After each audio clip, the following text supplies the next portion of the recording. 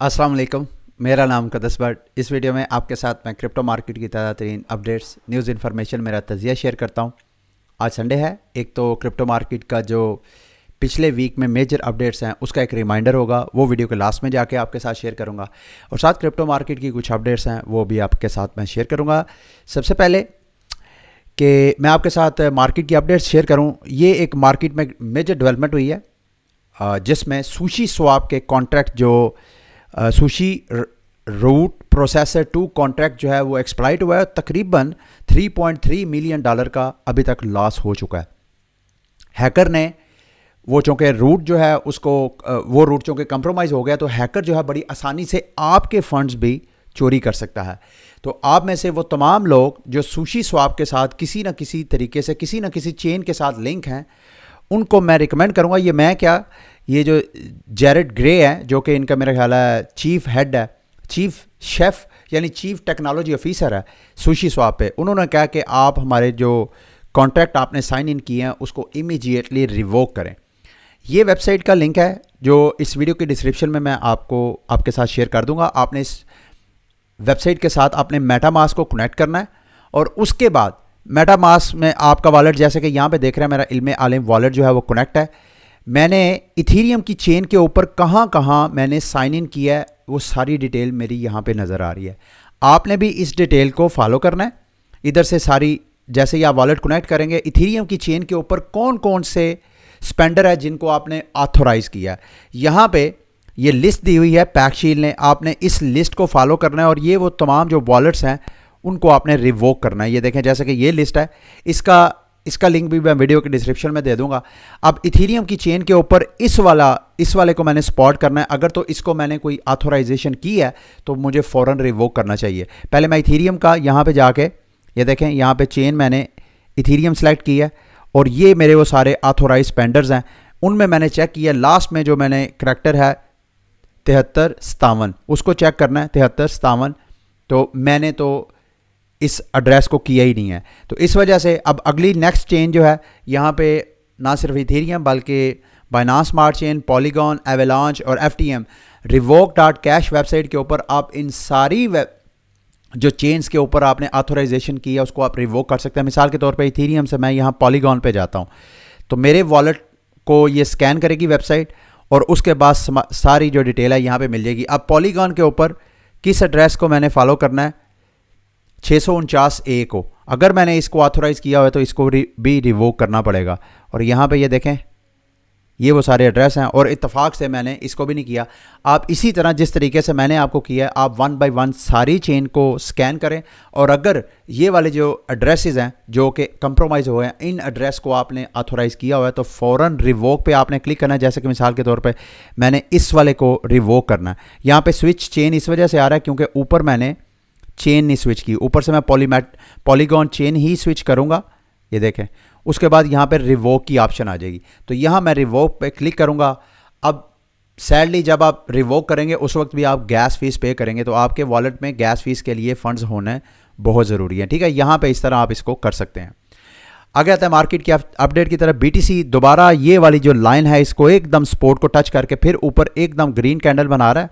बड़ा closely BTC की price को आप क्लोजली वॉच करें क्योंकि अगर ये ब्रेक होगी तो जैसे मैंने आपको कल भी और परसों भी बताया था कि BTC की प्राइस जो है वो नीचे 25,300 की प्राइस तक जा सकती है।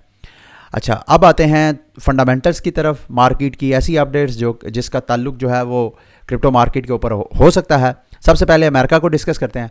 अमेरिका के बैंकों की हालत आपके सामने है। पिछले कई दिनों हफ्तों से मैं आपके साथ शेयर भी करता आ रहा हूँ, जितना लर्न कर रहा हूँ आपके साथ शेयर कर रहा हूँ।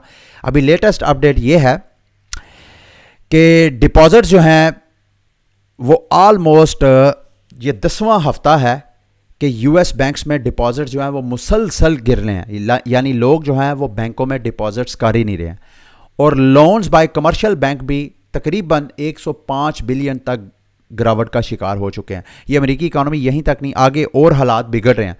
जैसे अमेरिका ने 1990 की दहाई में रशिया जो कि उसकी कॉन्टेम्प्रेरी एक सेकंड सुपर पावर थी, उसको तबाह किया और रशिया के टुकड़े बखरे हो गए। आज जो आपको यूक्रेन पे रशिया अटैक करता नज़र आ रहा है, ये कभी यूक्रेन रशिया का हिस्सा था। इसी तरह अब अमेरिका भी उसी फॉल का शिकार हो रहा है। और ये जो न्यूज़ है मेरी नज़र में ये फॉर रीचिंग न्यूज़ है। टेक्सास जो यूनाइटेड स्टेट्स ऑफ अमेरिका की एक रियासत है, उसके लॉ मेकर्स ने एक बिल पेश किया है to propose a gold back state digital currency. यानी अमेरिका अपनी भी एक फेड नाउ के नाम से सीबीडीसी लॉन्च कर रहा है। अगर ये स्टेट्स जो हैं, इसके ऊपर ये जो लॉ मेकर्स हैं, 2 लॉ मेकर्स हैं जिन्होंने आइडेंटिकल बिल पेश किया है और इनके ऊपर अच्छी खासी तनकीद हो रही है। लेकिन ये आहिस्ता आहिस्ता जब फॉल स्टार्ट होगा, मुमकिन है दीगर रियासतों में भी इस तरह के मसाइल स्टार्ट हों। एक तो मैंने कल शायद आपके साथ शेयर किया था कि कांग्रेस के अंदर, अमेरिकी कांग्रेस के अंदर लॉ मेकर्स भी ऐसे हैं जो कि चाहते हैं कि दोबारा अमेरिका जो है वो गोल्ड बैक इकोनॉमी की तरफ जाए। अगर वो नहीं चाहते हैं, बहरहाल स्टेट्स का जो रियासतें हैं वहाँ जो सूबे में कहूँगा, स्टेट को आप सूबे कह लें, जैसे हमारे पाकिस्तान में पंजाब है, सिंध है, केपी के है, इसी तरह America, United states of America भी इन सूबों के साथ मिलकर एक रियासत बनी हुई है। तो उनकी अगर स्टेट करेंसी, डिजिटल करेंसी, अगर अगर टेक्सास में ये अप्रूव हो जाता है तो इसका मतलब है दूसरे लफ्ज़ों में दूसरे स्टेट्स भी इस तरफ जाएंगी। और अगर जाएंगी तो वो जो सेंट्रलाइजेशन है यूनाइटेड स्टेट्स ऑफ अमेरिका की, उसमें फ़र्क आ सकता है। और ऐसा भी मुमकिन है कि जैसे रशिया के टुकड़े हुए थे, इसी तरह अमेरिका के भी टुकड़े हो सकते हैं। आई डोंट नो ऐसा होता है कि नहीं। अगली बड़ी फंडामेंटल न्यूज़ जी, जो कि मैंने आपको शायद पिछले साल अपडेट किया था, जब रशिया और यूक्रेन की वॉर्स से भी मेरा ख्याल है गालबन कोई 3-4 माह पहले मैंने आपको रिपोर्ट किया था कि जर्नलिस्ट, ये जो पॉलिटिकल, जो ग्लोबल पॉलिटिक्स के ऊपर नज़र रखने वाले जर्नलिस्ट हैं, उनका मानना यह है कि रशिया यूक्रेन पे हमला करेगा और चाइना ताइवान को कैप्चर करने की दोबारा कोशिश करेगा। अब रशिया ने तो यूक्रेन पे कर लिया, चाइना इस दौरान उसने नहीं था किया। लेकिन चाइना अब पिछले जो चंद दिनों हफ्तों से जो डेवलपमेंट हो रही है, उस डेवलपमेंट में अब दोबारा मीडिया रिपोर्ट्स आ रही हैं कि चाइना दोबारा जो है घेराव कर रहा है ताइवान का। ऐन मुमकिन है अमेरिका चूँकि कमज़ोर हो गया, जिसका चाइना को कोई डर ख़तरा हो सकता था, अमेरिका की कमज़ोरी की वजह से शायद चाइना दोबारा ताइवान के ऊपर अग्रेशन करे। अगर ऐसा होगा तो ये भी एक ग्लोबल मार्केट में पैनिक और क्राइसिस जो है वो क्रिएट कर सकता है। अगली गुड न्यूज़ की तरफ आते हैं। स्विट्ज़रलैंड का जो 5वां बड़ा बैंक है, जिसके तकरीबन 25 लाख के करीब कस्टमर्स हैं, उनको उन्होंने बिटकॉइन की ट्रेडिंग और कस्टडी की सर्विसेज प्रोवाइड करने की अनाउंसमेंट की है। अब आते हैं जी क्रिप्टो मार्केट की तरफ। सबसे पहले आर्बिट्रम के टोकन को मैं देख रहा था। आर्बिट्रम का टोकन एयर ड्रॉप हुआ। इसी तरह इसका जो एक कज़न रोलअप है ऑप्टिमिज्म, उसका भी टोकन एयर ड्रॉप हुआ था। एयर ड्रॉप के बाद प्राइस उसकी भी नीचे गिरी थी जैसे आर्बिट्रम की गिरी है, लेकिन ये मुसलसल गिरती जा रही है। ऑप्टिमिज्म की गिरने के बाद आहिस्ता आहिस्ता प्राइस जो है वो ऊपर, और अभी मेरा ख्याल है $2.5-3 की रेंज में ट्रेड हो रही है। आर्बिट्रम क्यों क्रैश हो रहा है? ऑलरेडी चंद दिन पहले मैं एक न्यूज़ आपके साथ शेयर कर चुका था। एक और प्रपोजल इनके प्लेटफॉर्म के ऊपर पेश की गई है। उसमें जो आर्बिट्रम ने पहली प्रपोजल, जिसकी कंट्रोवर्सी की वजह से आर्बिट्रम के टोकन की प्राइस में प्रेशर था, उस कंट्रोवर्सी, उस प्रपोजल को रिवर्स करने की एक नई प्रपोजल आई है। इसमें कहा गया है कि आर्बिट्रम की फाउंडेशन ने जो 700 मिलियन आर्बिट्रम टोकन लिए थे, ट्रेजरी थी, उसको वो वापस करे। इसके ऊपर भी अच्छी डिबेट, 2 साइडेड डिबेट चल रही है। एक तो इसको कंप्लीटली सपोर्ट कर रहे हैं, दूसरे इसके अगेंस्ट भी वोट पड़े हैं। अभी जब मैं आपके साथ वीडियो रिकॉर्ड कर रहा हूँ, इसकी जो टोटल फाइनल डेट है वो 15 अप्रैल तक है। कल से ये स्टार्ट हुई है, 15 अप्रैल तक इसकी वोटिंग होगी। अभी तक की वोटिंग के मुताबिक इस प्रपोजल को 62% जो है इसकी सपोर्ट में वोट हैं, जबकि इसके अगेंस्ट जो है वो 34% है। अगेंस्ट में वोट क्यों है? हालांकि फंड्स जो हैं आर्बिट्रम से निकल के दोबारा ट्रेजरी में जाएंगे, तो इसके लिए अच्छी चीज़ है। ये वो लास्ट वाली एक लाइन है जिसको तनकीद का निशाना बना रहे हैं जो इसके अगेंस्ट वोट डाल रहे हैं। वो कह रहे हैं जी ये काम सही नहीं है, ये मार्केट को डंप करने के। बाय बैक आप token via Wintermute with whatever fiat is left from the 10 million OTC deal. तो इसको तनकीद, कुछ लोग जो इसके अगेंस्ट जा रहे हैं प्रपोजल के, इस प्रपोजल के एक हिस्से के ऑलमोस्ट सब सपोर्ट करते हैं, लेकिन इस वाले हिस्से के चूँकि अगेंस्ट है, वो कह रहे हैं जी कि आपने ये वाली जो प्रपोजल है इसके लिए अलग से सेपरेट है कि प्रपोजल, इसी के अंदर इसको अप्रूव ना करें। तो मैं अपना वॉलेट यहाँ पे आर्बिट्रम कनेक्ट करके, अच्छा यहाँ मैं एक चीज़ आपको बताता चलूँ, ये जो डाउज होते हैं, यहाँ पे दो ऑप्शंस होती हैं, या तो इन डाउ पे आप बराह रास्त खुद वोटिंग कर सकते हैं, या आप अपनी वोटिंग पावर डेलीगेट कर सकते हैं किसी और को। जैसे कि मैंने अपनी वोटिंग पावर किसी को डेलीगेट नहीं की है। मेरे चूँकि 875 आप टोकन मुझे एयर ड्रॉप मिला था, वो अभी भी मेरे पास है, तो मैं बराह रास्त खुद भी वोट डाल सकता हूं। अगर आप समझते हैं कि यार मुझे इतना मार्केट की समझ नहीं है, तो आप अपने वोट की पावर किसी को डेलीगेट कर सकते हैं। यहाँ पे ये देखें, मैं फॉर एग्जांपल वोट करना चाहूँ तो मैं यहाँ पे वोट कर सकता हूँ, ठीक है। अगर आप किसी को डेलीगेट करना चाहें तो आप डेलीगेट करने का मतलब नहीं है आपके टोकन उसके पास चले जाएंगे, सिर्फ आप अपनी वोटिंग पावर जो है वो किसी और को देते हैं। इससे ये आपको जो बड़े बड़े जो डिसीजन मेकर नज़र आ रहे हैं, उनके अकेले के फंड्स नहीं होते, उनको लोगों ने, उसके जो फॉलोअर्स होते हैं उन्होंने जो है वो डेलीगेट किया। मिसाल के तौर पर अगर मैं अपना यहाँ पे सिस्टम स्टार्ट कर लूँ, तो मेरी कम्युनिटी वालों को मैं कह सकता हूँ कि भाई आप मुझे डेलीगेट कर दें, मैं आपके बिहाफ पे आपसे फीडबैक लेके, तो मैं जिस तरह आप चाहेंगे उस तरह मैं डिसीजन में पार्टिसिपेट कर सकता हूँ, ठीक है। अच्छा जी, आगे ये एक चीज़ मैंने आपके साथ शेयर करनी है। ये क्रिप्टो मार्केट में ऐसे वो तमाम क्रिप्टो करेंसीज जिनको आप लॉन्ग टर्म होल्ड करना चाहते हैं, ये उनकी लॉन्ग टर्म इन्वेस्टमेंट के हवाले से डिसीजन मेकिंग में आपको बहुत हेल्प आउट करेगा। ये वो क्रिप्टो करेंसीज हैं, टॉप क्रिप्टो करेंसीज, और इनकी परसेंटेज के, इन क्रिप्टो करेंसीज के जो टॉप 100 वॉलेट हैं उनका कितना कंट्रोल है सप्लाई के ऊपर। बीटीसी की बात की जाए तो जितना बीटीसी की सप्लाई इस वक्त मार्केट में है, उसका 14% ऐसा है जो टॉप 100 वॉलेट्स के पास है। सबसे वर्स्ट इस पूरी लिस्ट में वो मैटिक है। मैटिक का 86% टोकन जो है, ये जितना सर्कुलेशन में है, 86% टॉप 100 वॉलेट के पास है।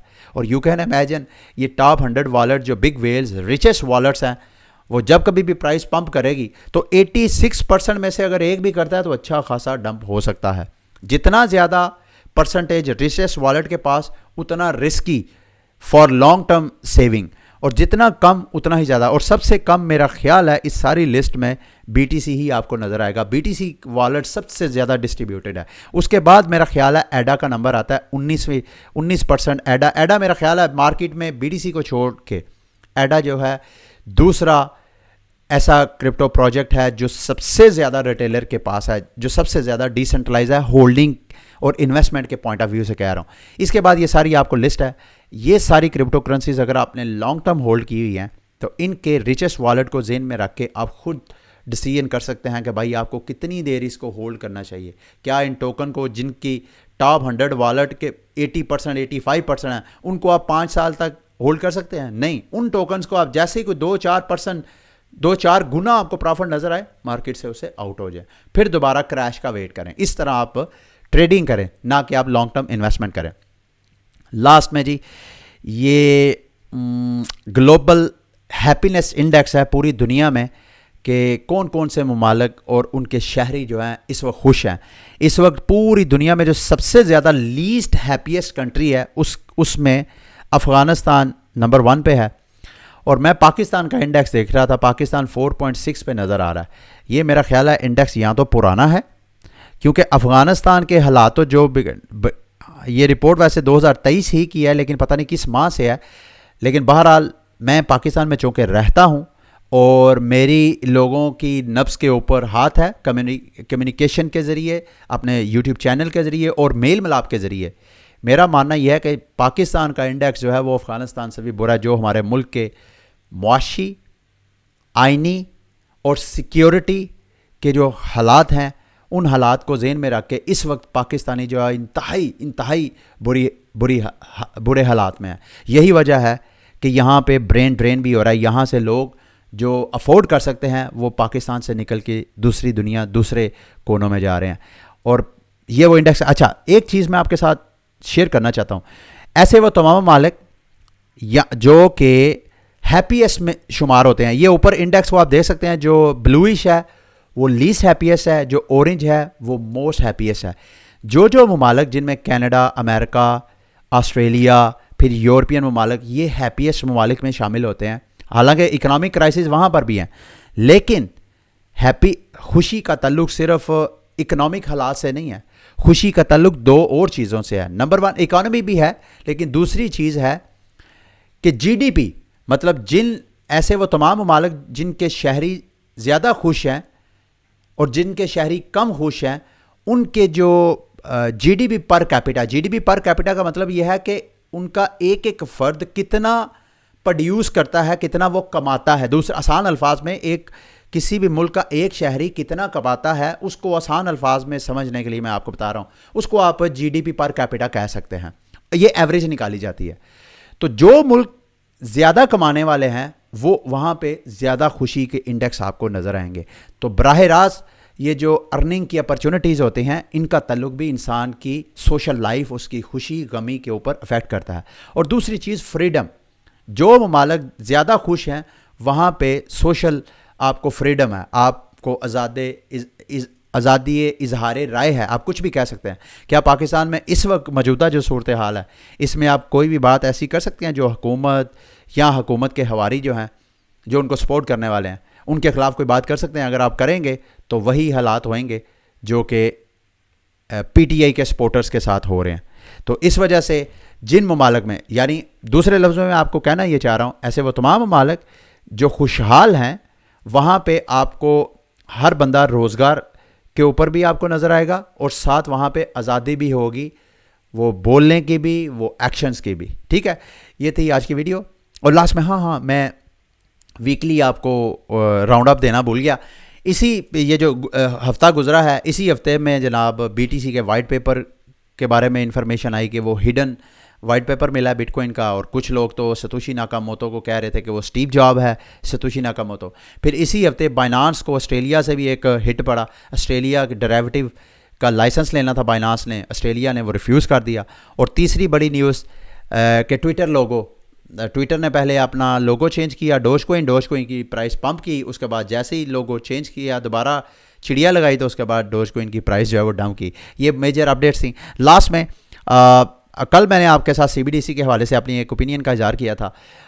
सीबीडीसी में प्रॉब्लम क्या है? देखें, सीबीडीसी वैसे तो ऐसे लोग जो डिसेंट्रलाइजेशन का जिन्होंने टेस्ट नहीं लिया, उनकी ये सोच हो सकती है कि यार रियासत का कंट्रोल होना चाहिए अवाम के ऊपर, इदारों के ऊपर। अगर कोई सेंट्रल कंट्रोल नहीं होगा तो कैसे मुआशरे को हम कायम कर सकते हैं?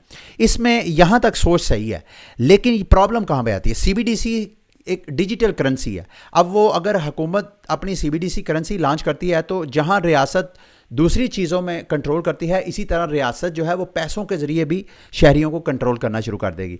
ये बुरी चीज़ नहीं है अनटिल अनलेस कोई वॉर लाइक सिचुएशन, कोई क्राइसिस, कोई एमरजेंसी मुल्क में ना बन जाए। अगर कोई war like situation, for example Russia ने यूक्रेन पे अटैक किया, अब रशिया का अटैक करना जो है, क्या तमाम रशियन उसको सपोर्ट करते हैं? प्यूटन को, उसके इस एक्शन को नहीं करते, लेकिन सबको उसका नतीजा भुगतना पड़ता है।